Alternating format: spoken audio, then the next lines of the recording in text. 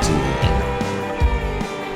I hear that song sometimes. Which I feel like is so overused. The word anxiety? Yeah. Yeah.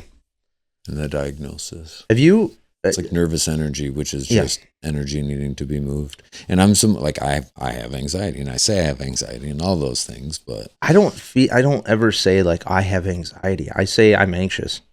I don't define. I think it's because I'm sure in conversation, because everyone does. I'm sure that maybe if you're defining things you've had to deal with, like depression and anxiety, and that, then like I guess, but I it's just referenced enough, right?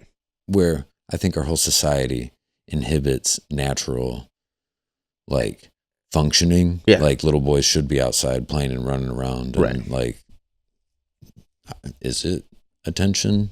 Right. Issues? Is it? Well, I completely agree. The whole ADHD and ADD thing, like, yeah, we're designed to be outside. And when you have a school system that is frankly made to train you to work into a factory still to this day. Like, we still have that. Well, yeah. And to get into the American workforce, like, yeah, of course. Yeah, you're not supposed to sit at a dude. Our whole society. I've never now, tests, all that shit. Even to this day, if I have to go get a job, and go do interviews and have to go do tests for them, like, I have my builder's license that I was talking to you about just finishing because I have the courses. Like, I don't like doing tests. I don't like it. Because when in reality, when can I not go and look up the information that I need to look at? And I agree with that. Like, I know I need some kind of memorization of certain things for sure. Right. Well, and as an adult, we know it doesn't matter what the occupation is. We all reference, different forms of information where we're not putting in all the work into the solving an issue or a problem. But I just had to make sure. I forgot to check your camera. Sorry. I don't know. It's not just the school system that's designed that way. It's entire society, is designed to make you run this rat race that we were never meant to be running. But I didn't mean to interrupt conversation. I completely forgot. You're right. I don't know. It's tough because I have kids that I'm trying to raise in an age that we really don't know what is going to transpire over the next 5 or 10 years when it comes to anything in work and life and society. And me and you have talked about that before, like this whole aspect of like, I talked to you about how I feel like people are going to start setting your phones down. You're like, this generation coming up, like, we have actual cognitive decline. Yeah. And like, it's been like, that's records showing that's studies showing that. That's the data saying it. And it's like, damn, dude, that is crazy. And what's funny is like, I'll catch reels of like those, like the streetwalker, like interviewers, and they just ask people questions. And I'm terrible. Like, huh? How can you How the fuck can you not know that? Right. But then there's also things that I know that I learned outside of school after I left that I'm like, why were we not taught that in school? Yeah. I mean, like, I still know how to, dude, there's people that don't know how to send a piece of mail out. Like, I was sending my Menards receipts out for rebate, and I'm like writing it, and I was like, dude, there's fucking kids right now who have no idea how to send a letter of mail. No. Like, they just go to like UPS or USPS and they're like, I need to send this. There's a lot of things that we used to have that kids writing checks wouldn't know. I still fuck up writing checks. CDs. Yeah. A floppy disk. Me and Chris Noah were just talking about the CDs, dude. Yeah, there's all sorts of stuff that a VHS, like, talk about not owning systems, things, dude.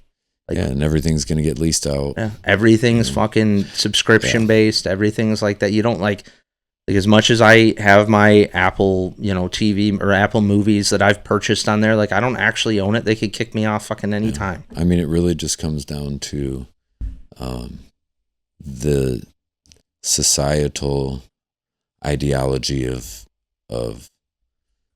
the victim mindset, the victimization of people, and the enablement to not have to produce something of yourself, right? Like, at one point in time, everybody felt the need and desire to try and push themselves to create for themselves and their family and to take care of them, you know, and then it's transitioned to where people are okay with just receiving, you know, the handouts from the government and the help and the assistance. And I understand there are situations where people really do need that, but it's a cultural and ideological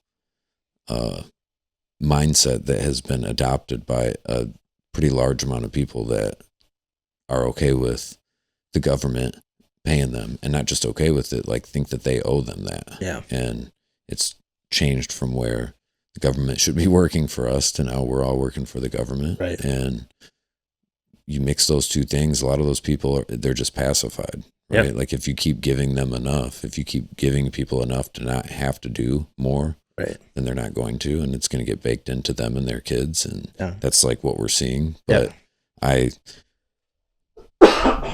my belief and expectation is that those following generations will probably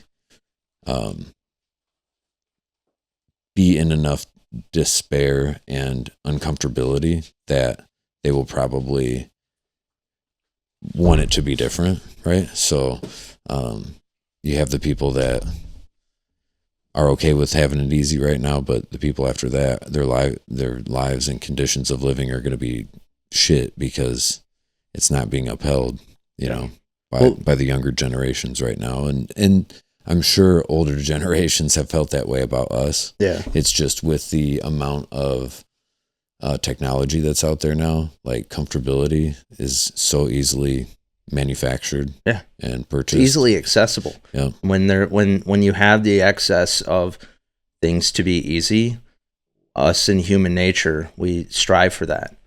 Like we're looking for that now. I'm not saying I personally am, but like there are times where there's been times where I get complacent and I'm like, oh, it is nice to have this cushiony life. But when you go out and you do hard things, or like you go out camping and you come back and you haven't had a shower in a week, it's like you start to realize like that hard work is worth that small kind of gift of the shower or whatever you want to call it. But like there's this diversion from doing hard work. There's this diversion from doing having any bit of struggle.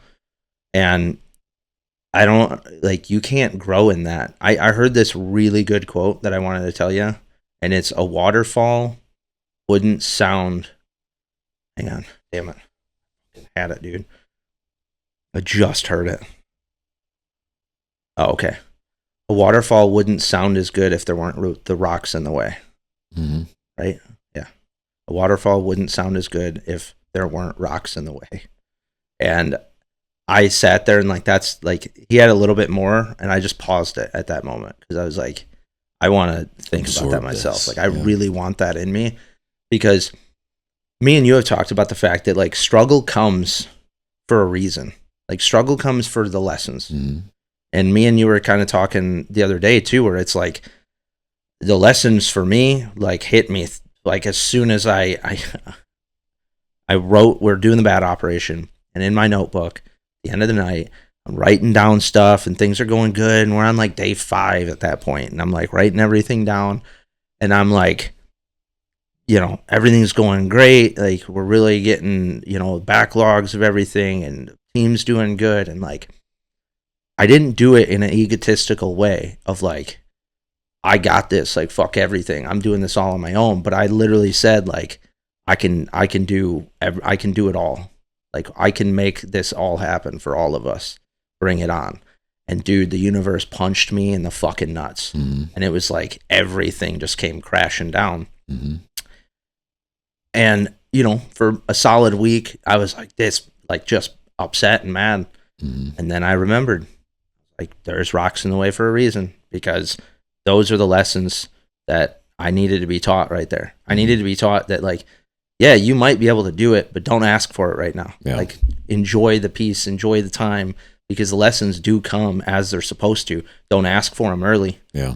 Like, especially with how I move, because I'm going go, go, go all the time. Mm-hmm. Like, as much as I want things to move through time faster so we can all get there, Yeah, I mean, All that is like this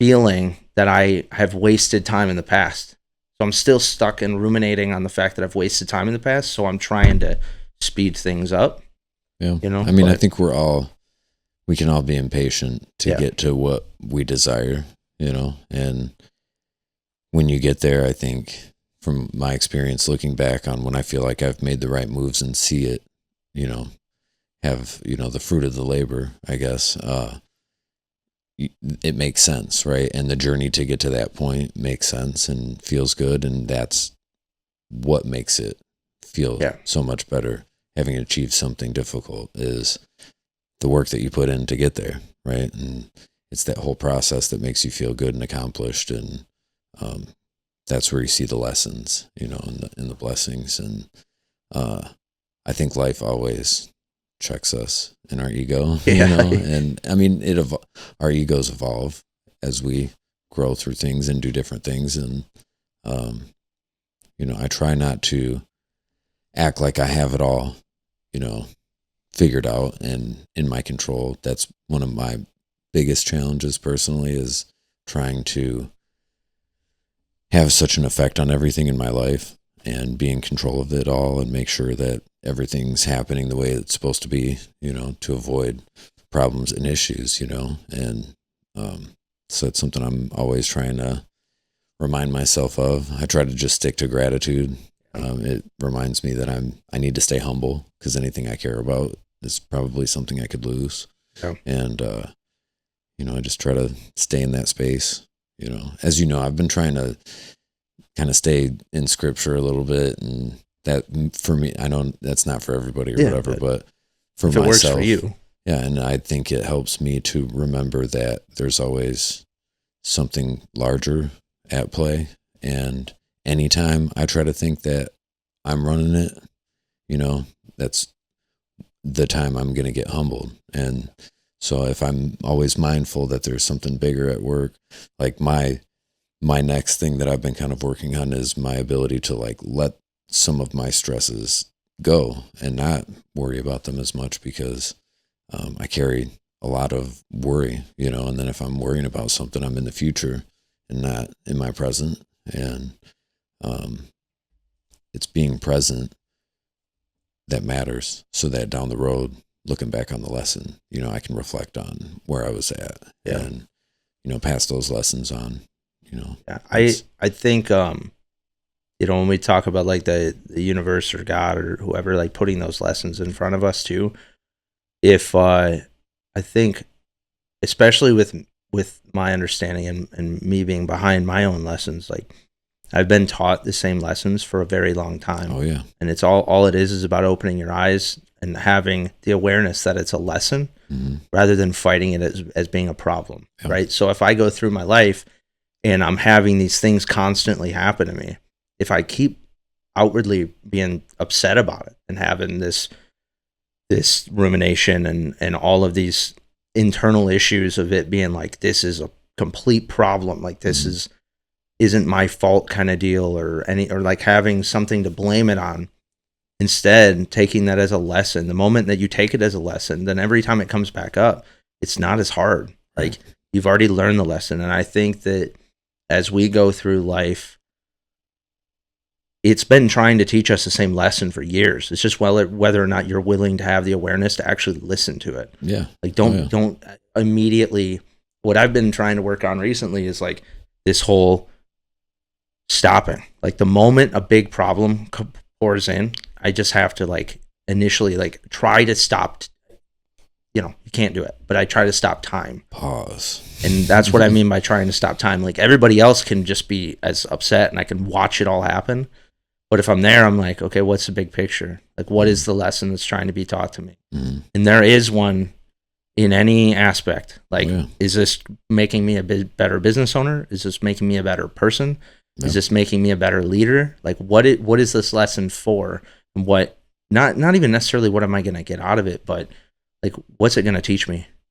Yeah, And I mean, it's all about your attitude and challenges, right? Yeah. When life brings you an experience that's difficult or challenging, we all know there's different ways to frame that stuff and look at it. And there's stuff that happens to people that's like terrible. Mhm. There's tragedy, and that's its own, type of Yeah. I mean, it takes a lot of it experience. takes a lot of maturity to find a lot of maturity and a lot of faith to find lessons in really hard Mhm. tragedies. Yeah. I I mean, can, yeah. it's not easy, but I mean, if you think about it, right, you work through something or get through an experience that's really difficult or challenging, or something that's been hard. It could be anything that's negatively affects you. Yeah. Once you get through it and you move on from that experience, and we all have looked back on a lesson we've learned from an experience, and then that same situation or a similar one, or some type of something in life brings you a similar situation or experience or feeling. And a lot of people, and I have too, will repeat that same error, of the past. Or um, I mean, I think people that struggle with, could be addiction, or it could be any other like negative choice that we are performing. There's people that don't want to work out or work out. There's relationship issues. There's all different aspects of life where people are coming into hard things, and we fail at them, over and over.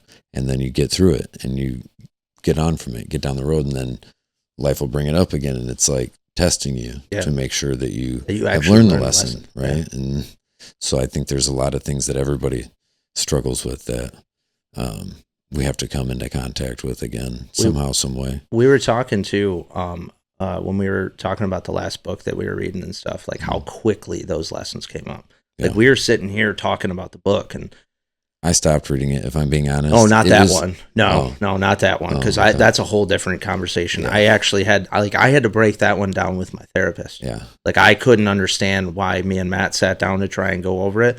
Well, that's a whole separate podcast. Yeah, we'll talk but, about that another but time. like how quickly, Which book are you talking about?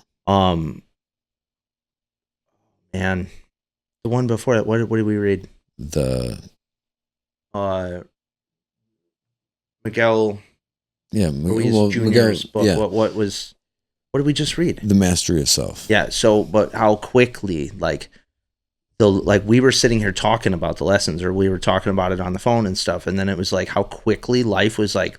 Did you actually learn that? Right. And then it was like, it took me like a week, like I said, but then all of a sudden I started checking myself, and I don't know. It's like I've been really kind of visually intent, like watching this side of having different perspectives.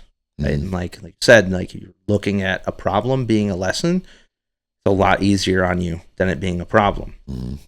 And like culturally, there's a lot of different ways that people have perspectives. It's funny, I was watching this reel and they were like, this German guy was like doing this English to German, like not like an English person, like an American to someone who's German. And he's like, oh, you're crying. What's wrong?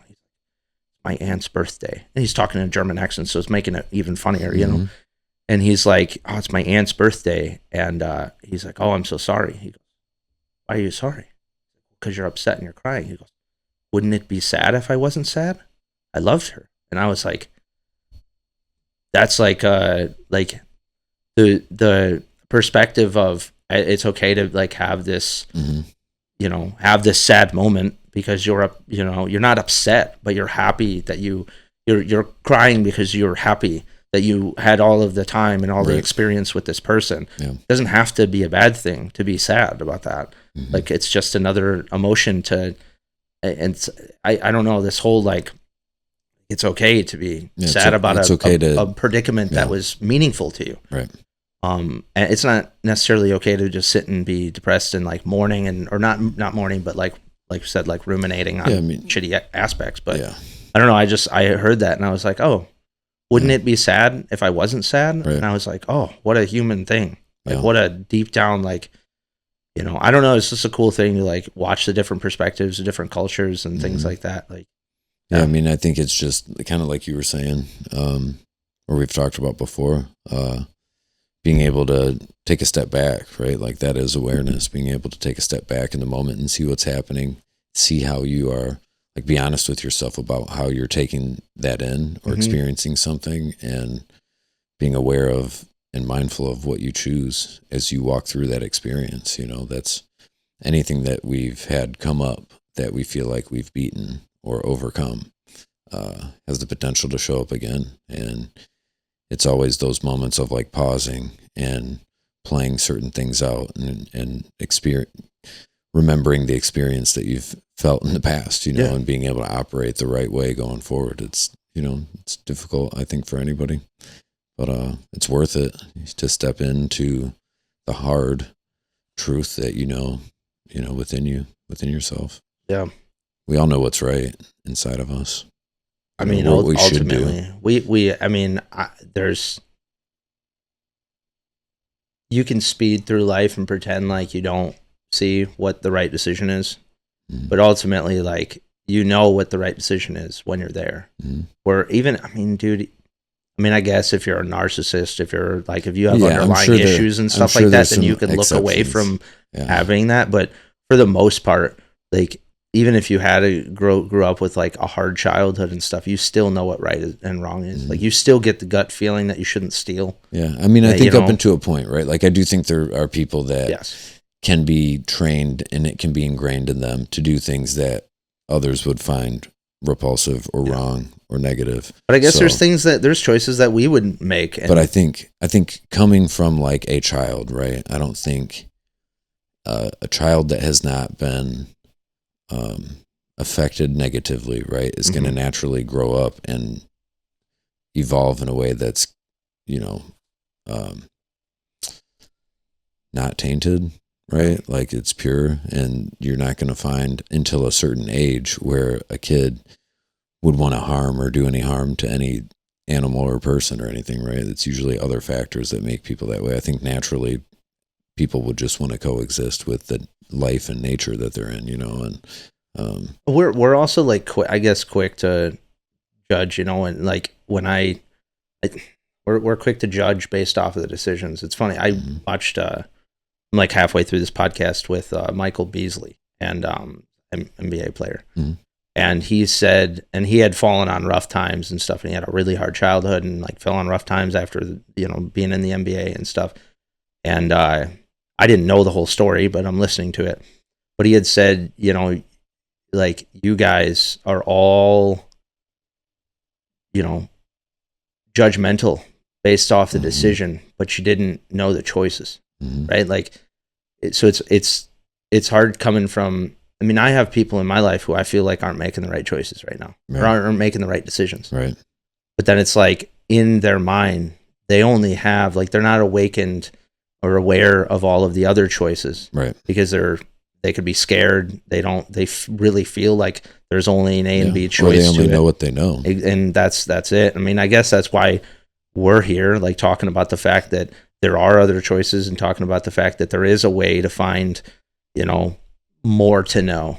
I mean, that one, there's been a couple quotes that obviously, as I've said, like, have hit me quite a bit. Yeah. I mean, I think in going through life, there's the experience of being a third party to seeing somebody go through a situation, or being in that type of mindset. I know we know people, and I know everybody knows somebody that could be doing different things to better themselves or their lives, and struggle with communicating what we think would help those people. Sometimes we do, and it's too much. And, that's kind of its own boundary thing, and figuring out where that line is. And then there's times that you don't say anything, and then you're withholding the desire to want more for them or better for them. Yeah. And, so there's a right way and a wrong way, I think, to help somebody else see truth or develop awareness. But ultimately, people are going to choose to receive your information and knowledge or wisdom or experience, and take it in and apply it. Or what happens, I think, most of the time is a lot of, people are pretty well ingrained with the way that they think about things, or choose to think about things. And it takes hard work to develop mindfulness, right? And a lot of people work on that and still, like, I think you always are trying to develop that, Yeah. because as life brings new experiences and new situations, we don't have the right perspective, until after we've been through it. Maybe then we develop that hindsight, and that's what we're talking about, is like learning that lesson, walking away with the lesson. So like this like that could come from hitting rock bottom. That could come from like what I'd call like a big bang moment.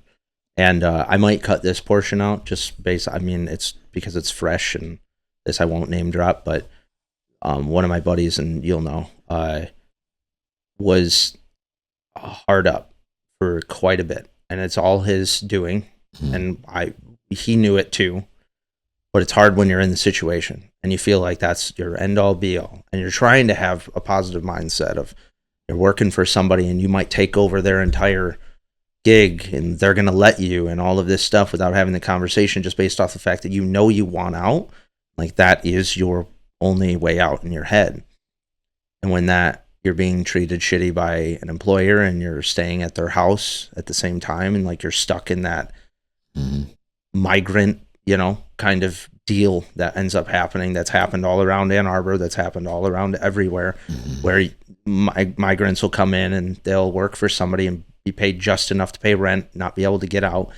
That's kind of the situation he was in.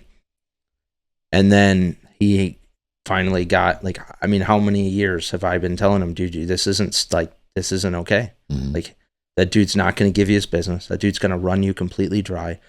And you're either going to be so down on yourself, which you already have been, and your mental health is going to go so worse again, you're not going to be able to get out of it. Or you're going to live this life until he decides that he doesn't want you anymore. And there was this big bang moment, and he got 5.5 hours taken away, basically told he lied on his hours, and that's not the type of person that he is for that situation. And both him and the other worker got told that. Dude just came up with their money. By the way, this is illegally paying as well. Like, doesn't 1099, doesn't help him out, nothing. Gives him cash and says, yeah, I took this away because you guys 5.5 hours basically lied on your hours. And he's like, fuck you, done. Packs up his shit. He's like, I'll be out of your house in 30 days. And he's like, I got to get a new job. Called me up. And I was like, he's like, you were right. And I was like, I don't need to be right. Like, I don't need that. I don't need that. I need to be right. I'm just happy that you've learned the lesson now. Right. And it takes, like we said, like, either it would have taken rock bottom for this specific person to be like back in the psych ward, or after suicide attempts again, or opioid, or not opioid abuse, but like drug abuse, or having that kind of small big bang moment where it's like, oh, it's only $125, but I earned that. And go fuck yourself kind of deal. And so it's like, you can't change people until they want to change, but what you can do is plant the seed in their ear and step aside. Like we said, it's like, I don't like people being in the office when they're not working anymore. I don't like people being around me when they're not being successful. Like, here's a seed for you. Step aside. I have my work to do. Like, I'm willing to like drop some water in your glass. I mean, it's a good thing, I think, to try and plant those seeds. I don't think that that's a bad thing at all. It's almost, a lot of those types of situations like that, it's like, it's almost that like burn the ships mentality, where if you're all in on something, if you get to the point where you're so fed up with life or a situation or a circumstance that you're like, I'm out, I don't care what happens, like I have to make a change or a move. It could happen in your career, relationship, whatever. The aspect of burning the ships was exactly that. Burn them so we can't go back. And I think a lot of people are afraid to take those jumps, and like life can prohibit that, like if you're responsible for other family members or have certain responsibilities, you can't always just take off and go and, whatever. But I think life will bring certain situations to the forefront just like if you're thinking about that all the time, if you're thinking about making a change at work, eventually like you're going to get so sick of it That you're and gonna need to make make a that change, or life somehow will work its way out to where it presents itself, you know, and It'll sometimes force it's not itself good, in there. right? Yeah. Yeah. So, And sometimes it's Um, harder at that moment than it would have been when you first decided. yeah. you And I know? mean, in that situation that, you know, every situation is different. And sometimes you can prepare knowing that you're feeling that energy or sensing that change. You can prepare for it and start to be the one to implement the change, or you can wait for it to happen. But generally speaking, you know, it'll come out. Well, And so I think that's why it's important for people to really try to be aware of each situation or scenario going on and try and reflect on what it is we go happening. if we go back into the comfortability thing too, like when we're first initially having problems that we feel within at our job space, at whatever situation that you're in, Mhm. and you just like, whether it's a bad relationship too, like you try to become comfortable in that situation. You try to make sure that like, whether that keeps happening or not, it kind of becomes a norm for you at first, and then it might be an irritation again. But what I think that is this comfortable spot that the problem will take care of itself. And in situations We like that hope can that it happen. will. Yeah, and I think that's what it is. You kind of just hope, like, I hope this person realizes the way that they're talking to me. I hope the person realizes, without having the actual Right. conversation, when in reality, your duty to yourself and to have the respect for yourself is to have that conversation for you. Conversation doesn't need to happen. Like, it doesn't need to be a giant argument. It doesn't need to be a fight. But if you're not happy about something and you Right. have that conversation and it's met with a brick wall, Yeah, then you decide, like, you're not willing to keep yourself in that position. any any relationship, whether it's work, coworker, or business and employer, or personal relationship, it's all separate beings choosing to participate, and I think we all want to avoid the uncomfortable and the painful, right? So we will continue on You'll tiptoe around, hoping that something changes, hoping that there's a realization or whatever. But eventually, I think a lot of those situations, without the right level of communication, right, it's going to probably come to a head, and then you're still going to have that same result, and so I think it's important to try to do what you can to have awareness to what you can take ownership over and decide how you're going to move through the situation. And if it's one that you want to be better, then you try to communicate about it and try to make whatever positive effect on it you can, right? But then it's still a continued choice to participate. So eventually, if you're not liking the situation you're in, you have to make a change, I guess. It's generally how that shakes out. So Yeah, I mean, I can't say that when I got the call and he was upset that I wasn't like, fuck yeah. Well, I do think that there are situations where people should or could do more. 100%. Yeah. Instead of just wiping their hands and walking away, but I think as we mature, we try to realize, try to hold on to what we find important. I mean, I guess you do no matter what age you are, right? You're going to fight for what you care about. I mean, But I had moments. I think you start to understand what's worth fighting for, right? Well, and I've had moments too where I'm like working for certain people, and I've had the opportunity or the feeling of just being like, fuck this. Like, I don't want to fucking work for you anymore. And like having that initial feeling, right? Yeah. And I can relate to that. Yeah. And I've also had friends. I have friends now who are like, yeah, dude, fucking tell him to fuck off, da da da. And I'm like, no. Like, especially if I hear them saying it, I'm like, that doesn't sound good. And I was like, and I just said that. Like, maybe there is something that I'm just like a little annoyed with, and I haven't had the conversation about it. And so instead, what do? I go and have the conversation about it. And usually it goes the way that I anticipated it going, because it really wasn't that big of a deal. There's outliers to that. I've gotten into it with a lot of people too, because both come in fired up, but at the same time, like if you're willing to go into those relationships, like knowing that it's not always going to be perfect, and the only way that it can, and like relationships alone aren't going to be perfect. So I'm going to use the word perfect, but kind of perfection doesn't actually exist. But if you want it to be, I guess, go as well as it can, it's your responsibility to have the conversation, try to have the conversations when you feel like they need to be had.